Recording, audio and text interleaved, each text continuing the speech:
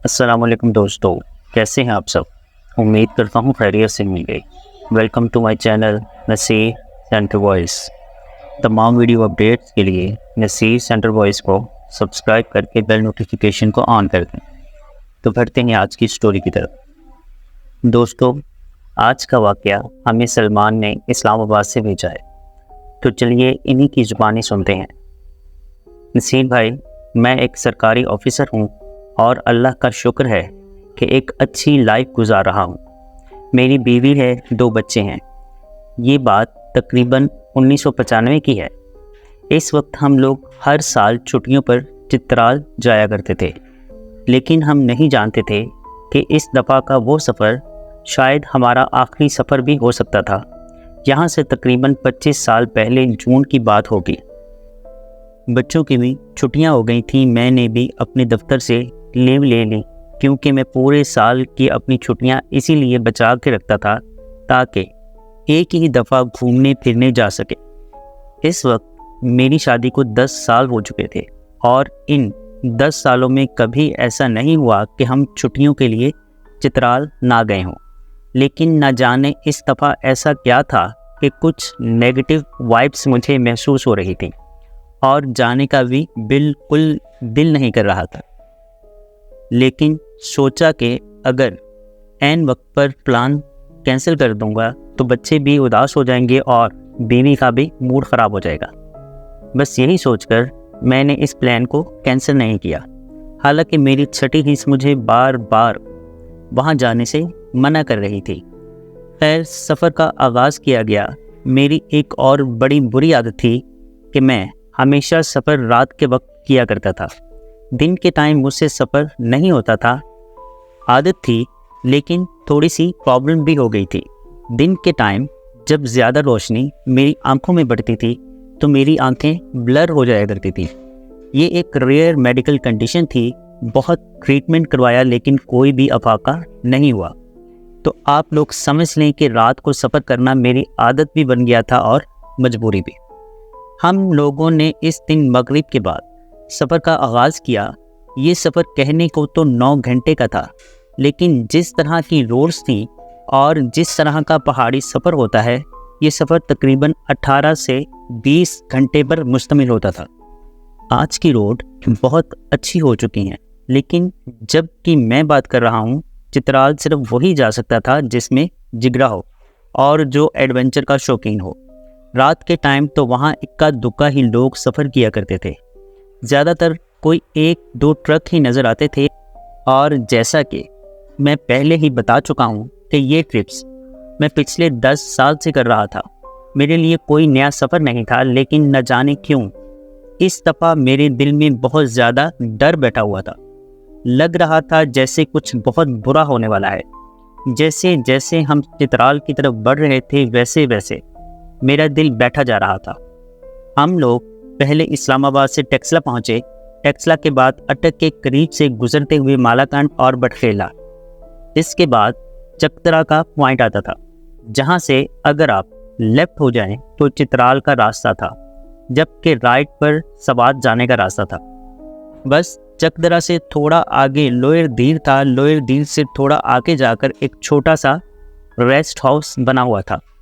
ہم جب بھی چترال جاتے تھے ہمارا سٹاپ یہی ہوتا تھا۔ اس وقت رات کے 1:30 یا 2 بج رہے اور ہم لوگ اپنے ریسٹ ہاؤس سے صرف 1 یا 2 کلومیٹر دور تھے۔ اس وقت میں اپنی بیوی سے باتیں بھی کر رہا تھا۔ مجھے ڈر یہ تھا کہ کہیں میری آنکھ نہ لگ جائے، تو ہوتا یہ تھا کہ میں تھوڑی دیر بعد بیوی کی طرف دیکھ کر چند سیکنڈ بعد دوبارہ روڈ پر نظریں جما لیتا تھا۔ میرے بچے بھی پیچھے جاگ رہے تھے۔ تھوڑی دیر بعد میں نے کچھ بات کرنے کے لیے اپنی بیوی کی طرف دیکھا تو میرا بچہ زور سے چیخا کہ ابو، سامنے کوئی کھڑا ہے۔ میں نے گاڑی کی بریک لگا دی اور جب میں نے اس طرف دیکھا جہاں بچے اشارہ کر رہے تھے تو میں یہ دیکھ کر حیران رہ گیا کہ ان کا اشارہ ہماری گاڑی کے بالکل سامنے تھا، یعنی مین ہائی وے پر۔ میں نے گاڑی سائڈ پر روکی اور چاروں طرف دیکھنے لگا تو میں نے ایک سایہ دیکھا۔ حالانکہ وہاں پر بے تحاشا اندھیرا تھا، لیکن پھر بھی وہ اتنا گہرا سایہ تھا کہ میں نے اس کو گزرتے ہوئے دیکھا تھا۔ وہ ہماری گاڑی کے بالکل آگے سے گزرا۔ اس کی کوئی شکل نہیں تھی، کوئی جسامت نہیں تھی۔ لگ رہا تھا کہ جیسے کوئی کالی چادر اوڑھ کر بس گزر رہا ہے۔ میں نے اپنی بیوی بچوں سے پوچھا کہ تم لوگوں نے کچھ دیکھا ہے؟ تو ان کے چہروں کے خوف سے ہی واضح نظر آ رہا تھا کہ انہوں نے بھی اس چیز کو دیکھ لیا تھا، اور وہ چیز اچانک سے ہی آگے جا کر غائب ہو گئی، کیونکہ میں نے گاڑی موڑ کر اس کی لائٹس اس ڈائریکشن کی طرف کر لی تھی جہاں وہ سایہ گیا تھا، لیکن ہمیں وہاں دور دور تک کوئی نظر نہ آیا۔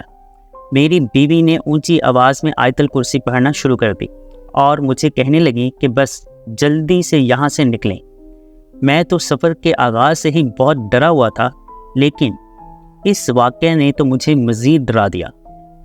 دل کیا کہ گاڑی یہیں سے واپس موڑ لوں، لیکن واپسی کا سفر بھی بہت زیادہ تھا۔ یہ بھی ڈر تھا کہ اگر واپس مڑے تو کہیں گاڑی چلاتے ہوئے سو نہ جاؤں۔ بس دل میں یہی خیال آیا کہ ریسٹ ہاؤس صرف 1-2 کلومیٹر ہی دور رہ گیا ہے، وہاں چلے چلتے ہیں، رات کو آرام کر لیتے ہیں، اگر موڈ بنا تو کل آگے چترال کے لیے نکل جائیں گے، نہیں تو واپس آ جائیں گے۔ جب ہم لوگ ریسٹ ہاؤس پہنچے تو ہمیں وہاں کوئی بھی کمرہ خالی نہیں ملا، کیونکہ جتنے بھی ٹورسٹ تھے وہ رات کو یہیں قیام کرتے تھے، اور بچوں کے اسکول بند ہونے کی وجہ سے سیزن بھی تھا، اسی وجہ سے وہ پورا ریسٹ ہاؤس پیک جا رہا تھا۔ وہ مینیجر چونکہ میرا جاننے والا تھا، وہ مجھے کہنے لگا کہ سر، یہاں سے تھوڑا ہی دور ایک اور ریسٹ ہاؤس ہے، لیکن وہ کافی پرانا بنا ہوا ہے اور آپ کے معیار کا بھی نہیں ہے۔ میں نے اسے کہا کہ یار اب مجبوری ہے، گاڑی میں تو نہیں سو سکتے۔ اس نے مجھے راستہ تو سمجھا دیا، لیکن چونکہ اس زمانے میں کوئی نیویگیشن وغیرہ نہیں ہوتے تھے، تو آپ سب جانتے ہی ہیں کہ لوگ راستہ کیسے سمجھاتے تھے۔ 99% لوگ غلط راستہ بتاتے تھے یا ہم لوگ غلط سمجھتے تھے۔ بس اس نے یہ کہہ کر کہ یہاں سے سیدھا جائیں، آگے کٹ آئے گا، وہاں سے کٹ آئے گا، وہاں سے رائٹ ہو جائیے گا، وہ ایک کچی روڈ ہوگی، اس قسم کا اس نے کوئی راستہ سمجھایا، اور میں اس گمنام ریسٹ ہاؤس کی طرف روانہ ہو گیا۔ چند کلومیٹر دور چل کے مجھے ایک رائٹ پر روڈ جاتی ہوئی دکھائی دی، جو بہت زیادہ کچی تھی اور پہاڑوں کے درمیان سے ہو کر جا رہی تھی۔ اب مجھے لگا کہ یہی کٹ ہوگا، کیونکہ اس مینیجر نے یہی بتایا تھا۔ میرے پاس اس وقت گاڑی مٹسوبشی پجارو تھی، لیکن وہ بھی اس روڈ پر ایسے ہچکولے لے رہی کہ ہم سیٹوں پر بیٹھے باقاعدہ ایک فٹ جمپ کر رہے تھے۔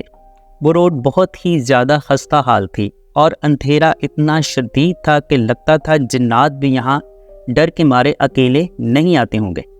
خیر، ہمیں اس روڈ پر چلتے ہوئے 10-15 منٹ ہی گزرے تھے کہ میرے بچے مجھ سے کہنے لگے کہ ابو، آپ کو کوئی آواز آ رہی ہے؟ میں نے کہا بیٹا کیسی آواز؟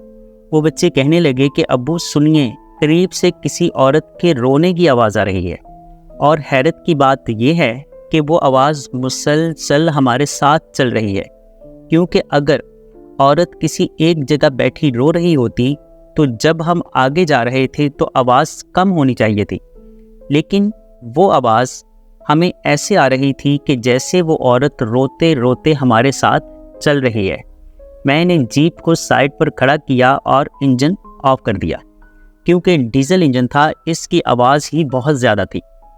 جب میں نے اور میری بیوی نے غور کیا تو واقعی کسی عورت کی آواز آ رہی تھی، اور اتنے قریب سے آ رہی تھی کہ لگ رہا تھا جیسے وہ ہماری جیپ کے باہر ہی بیٹھی ہے۔